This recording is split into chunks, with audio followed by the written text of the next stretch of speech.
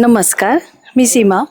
मी इथं 3 वर्ष झाले डायलिसिसला येत आहे आणि इथल्या खालच्या सिक्युरिटीपासून डायलिसिसला येईपर्यंत नर्स, स्टाफ सगळेच खूप छान आहेत. डॉक्टर्स सगळे इफिशियंट आहेत आणि इथले टेक्निशियन म्हणजे संतोष सर, निशा मॅडम, इथले मामा, मावशी आणि आम्रपाली मॅडम, सिस्टर, हे सगळेच खूप कोऑपरेटिव्ह आहेत आणि खूप केअरिंग आहेत. आम्ही खूप समाधानी आहोत सगळे.